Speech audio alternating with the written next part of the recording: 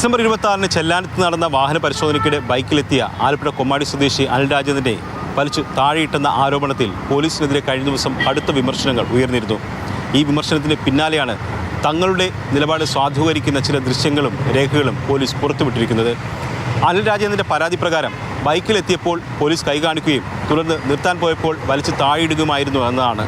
എന്നാൽ പോലീസ് നൽകുന്ന മറുപടി ASI കൈകാണിച്ചപ്പോൾ അനിൽ രാജേന്ദ്രൻ നിർത്താൻ കൂട്ടാക്കിയില്ല. അമിതവേഗത്തിലെത്തിയ ബൈക്ക് CPO ബിജു മോഹനെ തിരിച്ച് തെറിപ്പിക്കുകയും ചെയ്തു. ഇതുമായി ബന്ധപ്പെട്ട് അനിൽ രാജേന്ദ്രൻ്റെ ബൈക്ക് അമിതവേഗത്തിലെത്തുന്ന CCTV ദൃശ്യം പോലീസ് പുറത്തുവിട്ടിട്ടുണ്ട്. അതോടൊപ്പം തന്നെ അനിൽ രാജേന്ദ്രൻ ഉന്നയിച്ച മറ്റൊരു വിഷയമെന്ന് പറയുന്നത് പരിക്കേറ്റ തന്നെ സുഹൃത്തായ രാഹുൽ ബൈക്കിൽ കെട്ടിവെച്ച് ആശുപത്രിയിൽ കൊണ്ടുപോയി എന്നുള്ളതാണ്. എന്നാൽ ഈ വാദം പൊളിക്കാൻ വേണ്ടിയിട്ടുള്ള മറ്റൊരു ദൃശ്യവും പോലീസ് ഇപ്പോൾ പുറത്തുവിട്ടിട്ടുണ്ട്. ആശുപത്രിയിൽ ആദ്യം ചികിത്സ തേടിയ ആശുപത്രിയിൽ നൽകിയ വിവരപ്രകാരം തെരുവുനായ കുറുകെ ചാടിയപ്പോൾ ഉണ്ടായ അപകടം എന്നുള്ളതാണ്.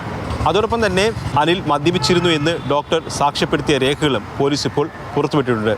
എന്തായാലും ഇതുമായി ബന്ധപ്പെട്ട് അന്വേഷണം നടത്തും എന്നുള്ളതാണ് കൊച്ചി സിറ്റി പോലീസ് കമ്മീഷണർ കുട്ട വിമലാദിത്യ വ്യക്തമാക്കിയിരിക്കുന്നത്. മദ്യപിച്ച് വാഹനം ഓടിച്ചു വരുന്ന ആളുടെ കൈകാണിച്ച് നിർത്താതെ അവർ പോലീസുകാർക്ക് പരിക്ക് പറ്റിയിട്ടുണ്ട്. ആ ഒരു വിഷയത്തിൽ പ്രോപ്പറായിട്ടുള്ളൊരു അന്വേഷണം നടത്തിയിട്ട് ആവശ്യമുള്ള നടപടികളുണ്ടാവും.